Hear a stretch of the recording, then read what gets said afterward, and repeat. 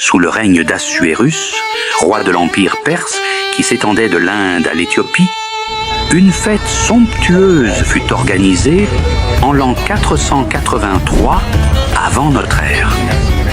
Le roi invita les nobles, les princes et les dignitaires de son immense royaume à célébrer la grandeur de son pouvoir. Mais au cœur de ce banquet, un événement inattendu survint.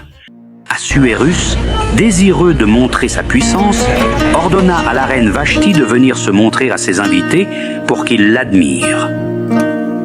Mais Vashti, refusant d'obéir, choisit de défier l'ordre du roi. Ce rejet, cet acte de défi, humilia le roi devant tous. Son autorité fut sérieusement remise en question et son orgueil profondément blessé. Le roi bannit immédiatement Vashti du trône. Une nouvelle reine devait désormais être choisie. Dans tout l'Empire, des jeunes femmes de toutes les provinces furent rassemblées. Leur beauté, leur grâce, tout fut examiné avec soin. Chaque candidate rêvait secrètement de devenir la prochaine reine. Mais parmi elles se trouvait Esther, une orpheline discrète, sans statut ni prétention. Elle ne portait ni bijoux étincelants, ni tissus luxueux. Pourtant, il y avait une lumière en elle, une grâce qui dépassait la simple apparence. Pendant une année entière, les jeunes femmes furent initiées aux coutumes royales. Bains d'huile parfumée, massage aux essences rares, apprentissage des protocoles. Mais Esther garda en elle une humble prière. Rappelle-toi, Esther, tu es ici pour une raison bien plus grande que toi-même. Les derniers mots de Mardochée furent une bouffée d'air frais pour elle. Le jour tant attendu arriva enfin. Les jeunes femmes, toutes parées de somptueux vêtements, de bijoux scintillants et de parfums enivrants, se présentèrent une à une devant le roi. Chaque regard cherchait à capter son attention, chaque geste était calculé pour séduire. Mais Assuérus, insensible à ces artifices, laissa échapper un regard froid, refusant de se laisser séduire par tant de vanité. Puis vint Esther. Sans bijoux, sans parure, elle avança avec une simplicité saisissante. Son regard était calme, sa démarche assurée, une beauté naturelle qui se distingua de toutes les autres. Le roi, pour la première fois, sembla troublé. Il tendit la main et d'une voix ferme et claire, il déclara « C'est elle. Esther sera ma reine. »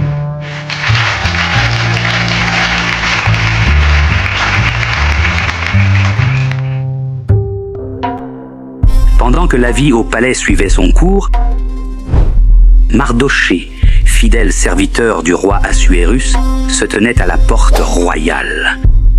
C'est là qu'il surprit une conversation inquiétante.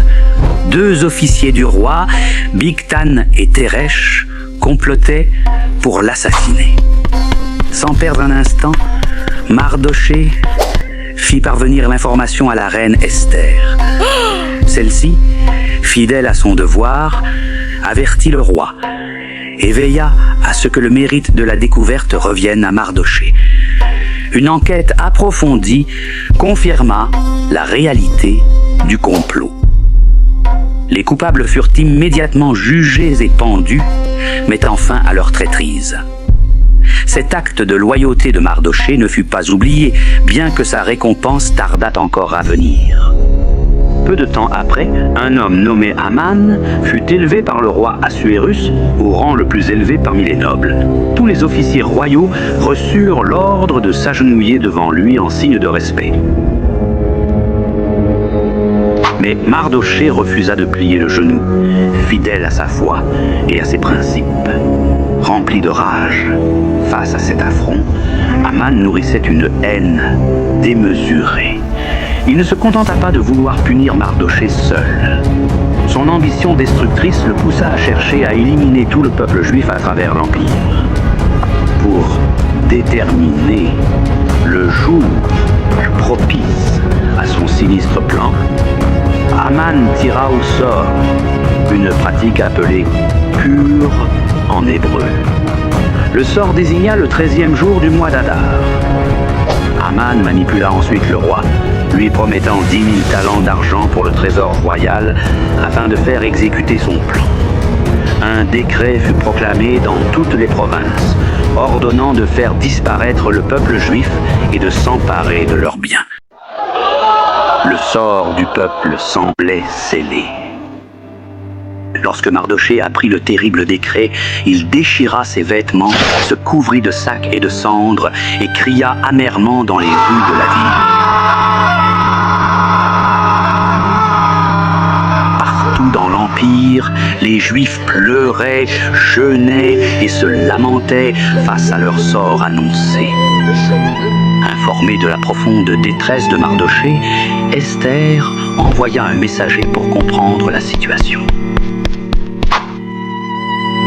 Mardochée lui révéla toute l'ampleur de la menace et la supplia d'intercéder auprès du roi pour sauver leur peuple. Bien qu'elle sache qu'approcher le roi sans convocation était passible de mort, Esther accepta avec courage. Si je dois périr, je périrai. Elle demanda alors à tous les Juifs de jeûner pendant 3 jours pour elle, tandis qu'elle se préparait à accomplir cet acte périlleux. Esther se retrouvait face à un dilemme terrible. Approcher le roi sans convocation était interdit, un acte passible de mort. Au 3e jour, vêtue de ses plus beaux atours, Esther entra courageusement dans la salle du trône. Chaque pas résonnait dans le silence de la cour, tous les regards fixés sur elle.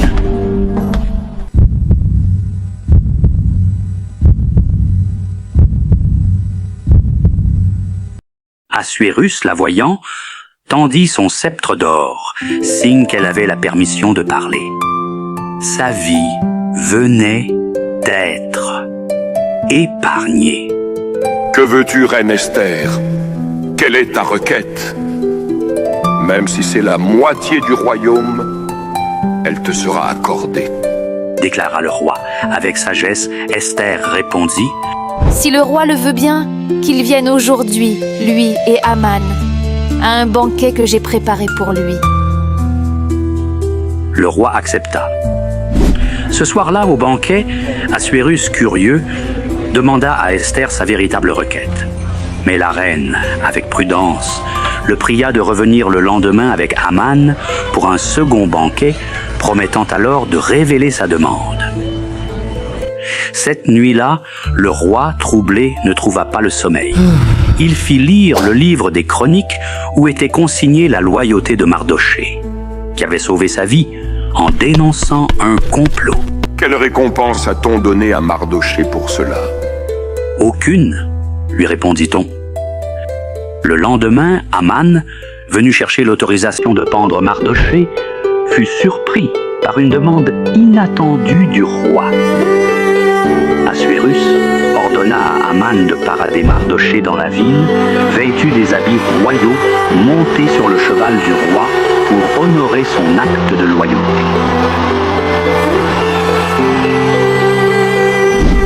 Haman, humilié, exécuta l'ordre à contre-cœur. Sa haine envers Mardochée grandit. Au second banquet, Esther dévoila enfin sa requête. Épargne ma vie et celle de mon peuple, car nous avons été vendus pour être exterminés. Le roi, stupéfait, demanda: Qui ose faire une telle chose? L'ennemi et l'adversaire, c'est ce méchant Haman, répondit Esther. Assuérus, enragé, quitta la pièce. Haman, terrifié, implora Esther de lui épargner la vie. Lorsqu'Assuérus revint, il trouva Haman suppliant, tombé sur le lit où Esther était assise. Furieux, il ordonna son exécution. Haman fut pendu sur la potence qu'il avait préparée pour Mardochée. Le roi donna ensuite à Esther et Mardochée le pouvoir d'écrire un nouveau décret permettant aux Juifs de se défendre le jour prévu pour leur destruction. Le 13e jour du mois d'Adar, les Juifs triomphèrent de leurs ennemis. Ce jour devint une fête appelée Pourim, célébrant leur délivrance. L'histoire d'Esther est celle d'un courage exceptionnel et d'une foi inébranlable.